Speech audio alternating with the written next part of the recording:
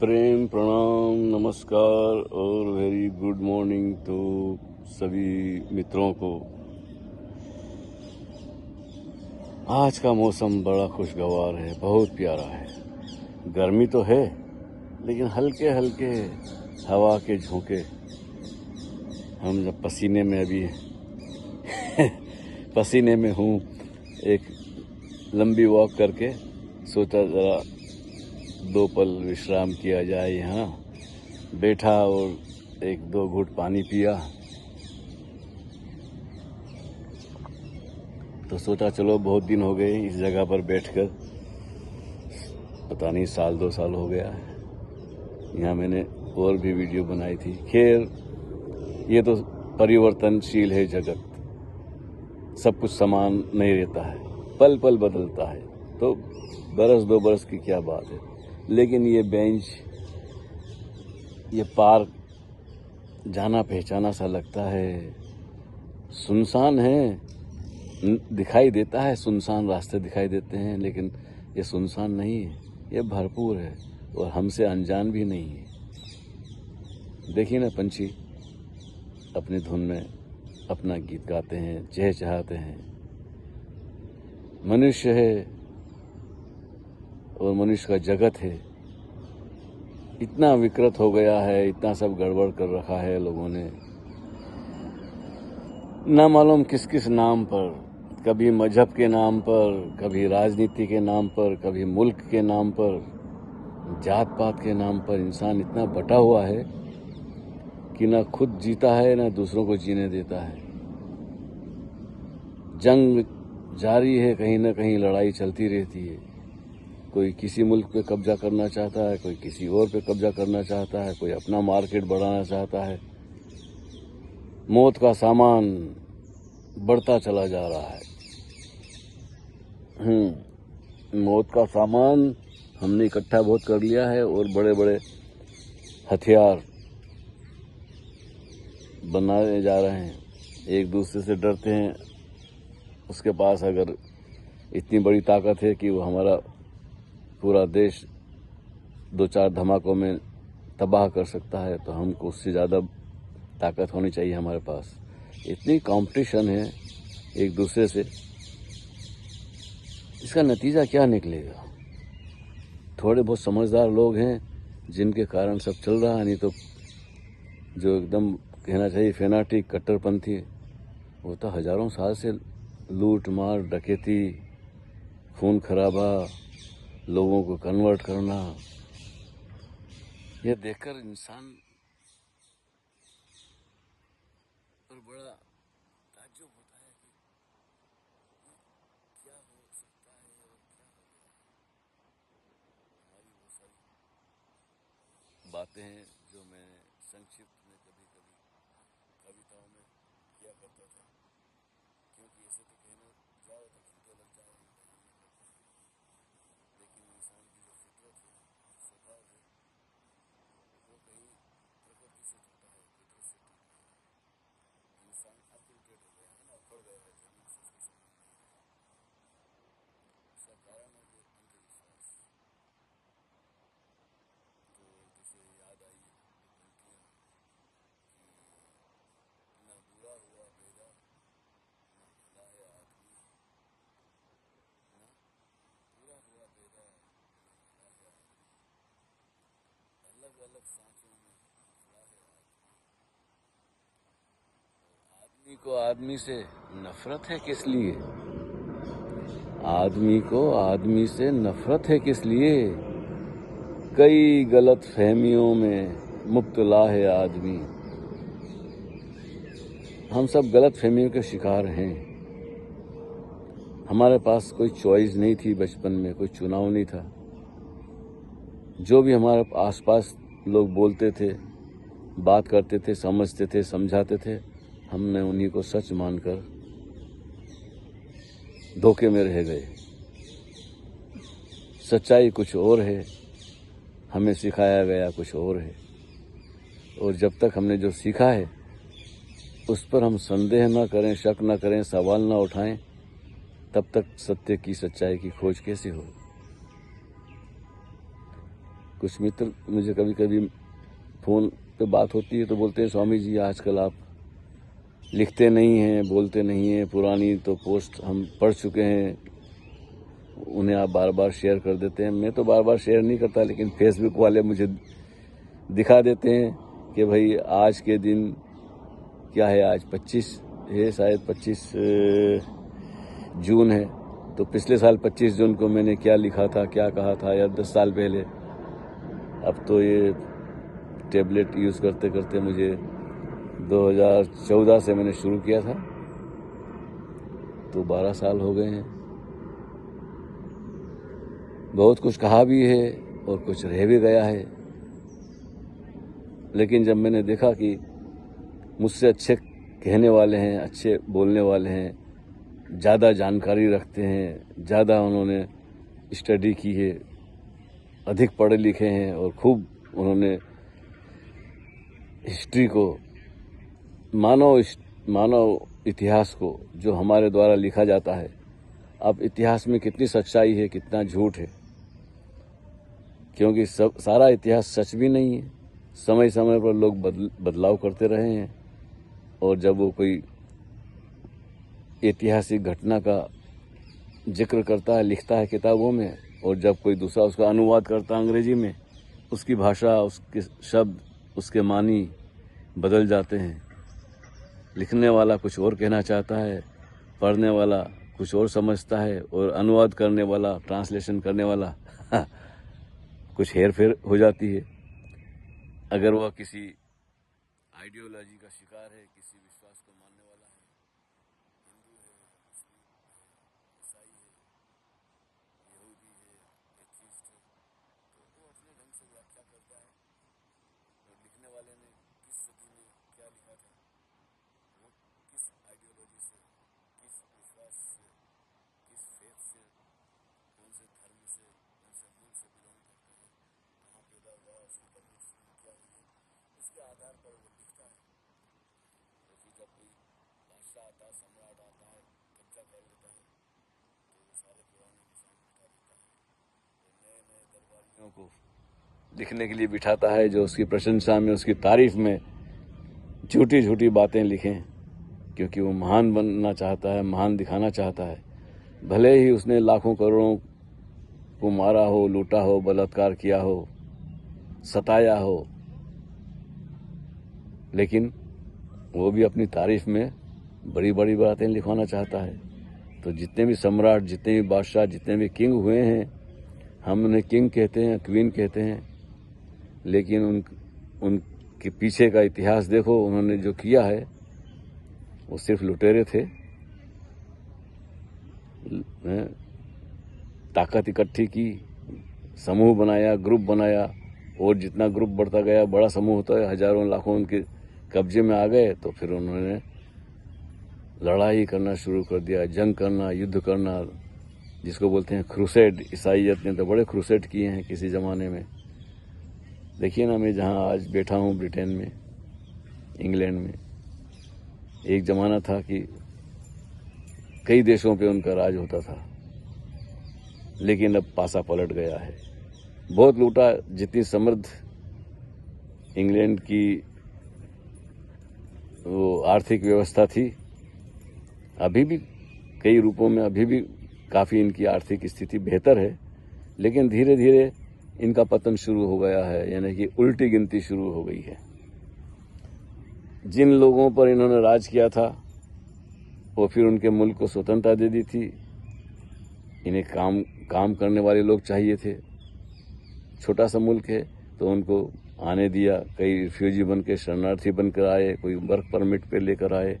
हजार ढंग से लोग आए हैं इन देशों में बेहतर जीवन जीने के लिए, क्योंकि इनके पास धन है, सुविधाएं हैं, और टेक्नोलॉजी की विकसित प्रक्रियाएं हैं इनके पास। आवागमन के साधन बड़े अच्छे हैं। ऐसा नहीं कि भारत में नहीं था सब। भारत तो इतना समृद्ध था जिसे सोने की चिड़िया कहते हैं, तभी तो लुटेरे आए हैं ना। सिकंदर आया भारत में, क्यों आया? कुछ सीखने थोड़ी आया है, लूटने आया था। फिर मुगल आए, हूण आए, तुर्क आए, और क्या बोलते हैं मंगोल आए, मंगोल न मालूम कहाँ कहाँ से, फ्रांस से आ गए, पुर्तगालीज आ गए, कहाँ कहाँ के लोगों ने आकर भारत पर कब्जा नहीं किया, लूटा नहीं, और फिर कितने मंदिर, हजारों मंदिर तोड़े। ये मेरी बात कभी समझ में नहीं आई। ईसाइयों ने तो इतने मंदिर वगैरह नहीं तोड़े हैं, लेकिन मुगलों ने, मुसलमानों ने लूटा ही नहीं, भारतीय संस्कृति को नष्ट भी किया है। हजारों मंदिर, जो विशाल मंदिर थे, उनकी कलाकृति देखें, उनकी शिल्प कला, टनों के हिसाब से वजनी पत्थर उन्होंने कितनी ऊंचाई पर जाके शिखर पर बिठाए हैं। एक एक इंच पत्थर को क्या बोलते हैं कि तराशा है, और ऐसे पत्थर को तराशा है जिन पे छीनी हथौड़े से आप उसे तोड़ भी नहीं सकते। पूरा पहाड़ काटकर उन्होंने वो कैलाश टेम्पल देखे, और भी बहुत सारे मंदिर हैं, कुछ मैंने देखे हैं, लेकिन अब तो वीडियो उपलब्ध हैं तो हैरानी होती है कि इतने विशाल पत्थर कहाँ कहाँ से लाके उन्होंने निर्माण किया था। इन्हें मंदिर तोड़ने की क्या जरूरत थी? जमीन तो बहुत थी इनके आसपास, पूरा भारत में करोड़ों लाखों माइल जमीन है, अपनी मस्जिद, अपनी मजार कहीं भी बना सकते थे। ये क्या कि उनका मंदिर को तोड़ना है और उसी के ऊपर हमारी मस्जिद को बनाएंगे हम। अजीब लोग हैं। जैसे अभी वो कुतुब मीनार है, मैं वहाँ गया था कुछ वर्षों पहले, कई बार जा चुका हूँ पहले भी। 27 जैन मंदिर थे वहाँ उस जगह पर, उन सभी को तोड़कर नष्ट करके उसी के ईंटों से, गारे से, मिट्टी से या कहीं कहीं पत्थरों से कुतुब मीनार का निर्माण किया गया। वो भी निर्माण कुतुब मीनार का नया नहीं किया गया, ऊपर ऊपर से बदली गया। पीछे से तो स्तंभ थे, उसका स्तंभ का एक अलग नाम था, शायद अशोक स्तंभ तो नहीं बोल सकते, उसका कुछ नाम मुझे याद नहीं आ रहा है। खैर, तो बस ऊपर ऊपर से कहीं का गुम्बद बदली किया है, कहीं के वो पलस्तर कर दिया है, मूर्तियों को छुपा दिया है, और मूर्तियों के चेहरे, हाथ, पैर तोड़ दिए हैं। मूर्तियों के इतने खिलाफ रहा है इस्लाम। उनके पास आंख ही नहीं है कलाकृति को, शिल्प कला को देखने के लिए आंख ही नहीं है। भाई, कला के लिए बड़ी पैनी दृष्टि चाहिए। जो समझे नहीं पत्थर की जुबां है, पथराई उनकी आंखें। अब भूल गया वो कविता है। तो खैर है कि बड़ा दुर्भाग्य है भारत का भी कि जो ध्यान साधना में, एकांत में, अपने में डूबने की कला जहाँ से हुई, स्वयं को पहचानने का विज्ञान जहाँ से विकसित हुआ, वे लोग जाहिलों से, असभ्य लोगों से,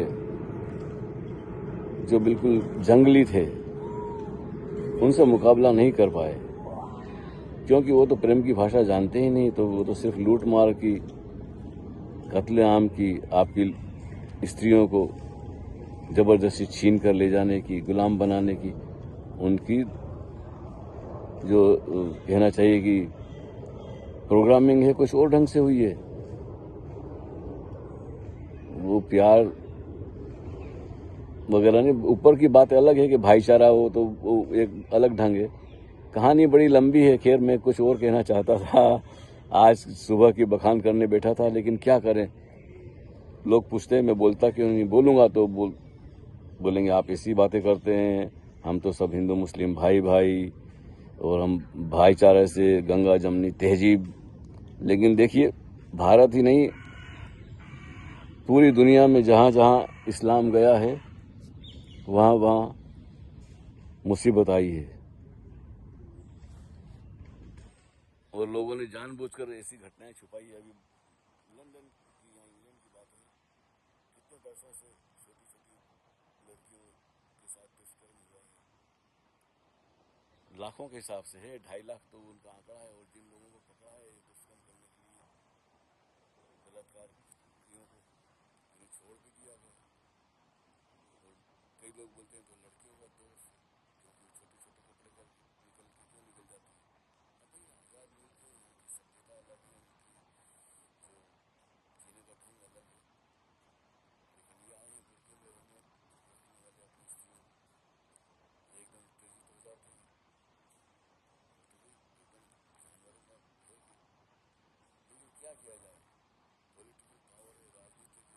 वोट बैंक के लिए सभी को खुश रखना चाहते हैं, भले वो कितना भी बड़ा अपराधी हो। तो अपराधियों को इन्होंने पाला है, इन्होंने पोसा है, उन्हें रहने को मुफ्त का मकान दिए, खाना पीना रहना सब कुछ दिया है। तो अब उनके पास कोई क्रिएटिविटी, कोई सृजनात्मक मस्तिष्क तो है नहीं। उनकी परंपरा रही है, लंबा हजारों साल का 1400 साल का सिलसिला रहा है। उनके पूर्वज कन्वर्ट हुए थे तलवार की बल पर। मुझे नहीं लगता है कि कोई इंसान अगर इनके धार्मिक ग्रंथ पढ़ेगा, जो किताबें हैं जिनको ये पवित्र किताब कहते हैं, उसको पढ़कर इस्लाम कबूल करेगा। मुझे नहीं लगता है इसमें ऐसी कोई विशेषता है। तो इतिहास गवाह है कि कितने देशों पर इन्होंने कब्जा किया, लूटमार की और ज़बरदस्ती लोगों को मुसलमान बनाया। आज उन्हीं की औलादें हैं जो दावा करती है कि हम तो हमारे बड़ी बड़ी तारीफ, उनको झूठी कहानियाँ सुनाई गई है, बड़ी तारीफ करते हैं, लेकिन उनको असलियत का पता है फिर भी स्वीकार नहीं करते हैं। अभी मैंने 1-2 बार कुछ वीडियो देखी थी अरब कंट्री की कि या कराची से एक आदमी गया अरब देश में और उसने उनका वो जो लिबास होता है जो अरब लोग पहनते हैं, वाइट रंग का रोब होता है ना, जो वाइट रोब जैसा दिखाई देता है, वो पहना और सड़क पे निकल गया। तो किसी अरब ने पकड़ा उसको, बोला कि उतारो। उनको तो सच्चा मुसलमान मानते ही नहीं है, तुम तो कन्वर्टेड हो। अरब पाकिस्तानी मुसलमानों को, हिंदुस्तानी मुसलमानों को, या कहीं इंडोनेशिया का हो या कहीं और का मुस्लिम हो, सिवाय अरब के, वो दूसरों को सच्चा मुस्लिम मानते ही नहीं है। तो उसने सड़क पे उसका वो रोब, वाइट रोब उतरवा दिया और वो बोला जाओ। वो तो बड़ी शराफत से उसको जाने दिया, नहीं तो पिटाई भी कर सकते थे, जेल में भी डाल सकते थे। भाई वो तो बोलते हैं हम अरब हैं और उनकी लड़की से तुम शादी नहीं कर सकते, अरब की लड़की से। मतलब तुम्हारे इतनी बेइज्जती करते हैं, फिर भी पता नहीं क्या है कि इतनी सच्ची बातें हैं चारों तरफ। आजकल तो इंटरनेट पे सब कुछ अवेलेबल है, उपलब्ध है, आप पढ़िए। लेकिन इंसानियत हो तब ना, ज़मीर हो, अंतःकरण जीवित हो, तो आदमी महसूस करे। एक जिद है जी। तो देखिए, बोलना कुछ, आज तो मौसम की तारीफ करना चाहता था, लेकिन जो चारों तरफ हो रहा है उसको देख कर कैसे गाना गाएं, कैसे गीत गाएं। वैसे मैं बहुत गीत गाए हैं, बहुत कविताएं की हैं, लेकिन उससे तो कोई परिवर्तन आएगा नहीं। लोग मनोरंजन की तरह ले लेते हैं मेरी हर बात को। मेरी कविता में बिल्कुल रिबेलियस क्वालिटी है, एकदम क्रांतिकारी वचन है। जैसा मैंने कहा है कि भीड़ जब अंधों की हो तो आंख वाला क्या करे। भीड़ जब अंधों की हो तो आंख वाला क्या करे। आग लगाए लफ्जों में, थोड़ा बहुत धुआं करे। तो बात ऐसी है कि लेकिन उसका कोई असर नहीं होता है। कोई हिंदू समझता है, कोई मुसलमान समझता है। इनकार करूं तो फिर वो मुझे बेईमान समझता है। इन गलत सवालों का सही जवाब कैसे दूं। मुश्किल है यहाँ इंसान होना जिसे हर कोई आसान समझता है। तो मेरी कविताएं तो कुछ इस तरह की थी। तो ये तो हो गए जी, बहुत सारी बातें हैं। अब पानी पीऊंगा और यहाँ से चलूंगा। जितनी बातें करो उतनी कम है। तो मुझसे अच्छे बेहतर हैं बोलने वाले, समझाने वाले, इसलिए मैं नहीं बोलता हूँ। और उनकी मैं वीडियो चर्चा शेयर करता हूँ रोज़ करीब करीब। आप उन्हें सुनिए, ध्यान से सुनिए और सीखिए और अपनी सुरक्षा का इंतज़ाम कीजिए। आजकल बड़ा आपातकालीन स्थिति बनी हुई है भारत की। जगह जगह दंगे होते हैं, पथराव होता है, छुरा चाकू चल रहा है, बात बात में एक दूसरे का कत्ल कर देते हैं लोग। लव जिहाद अलग चल रहा है, लड़कियों को अगवा किया जाता है, नाम बदल कर लोग क्या क्या, झूठ पे झूठ, झूठ पे झूठ। इसलिए बोलने को दिल चाहता है। मैं कब तक प्रेम के गीत गाऊं ऐसे माहौल में। और मेरे प्रेम के गीतों से लोगों में काश प्रेम पैदा हो जाए। ऐसा तो हुआ नहीं। तो ठीक है, फिर आपसे दोबारा मुलाकात होती है। शायद कुछ काम की बातें हों। हरिओम तत्सत।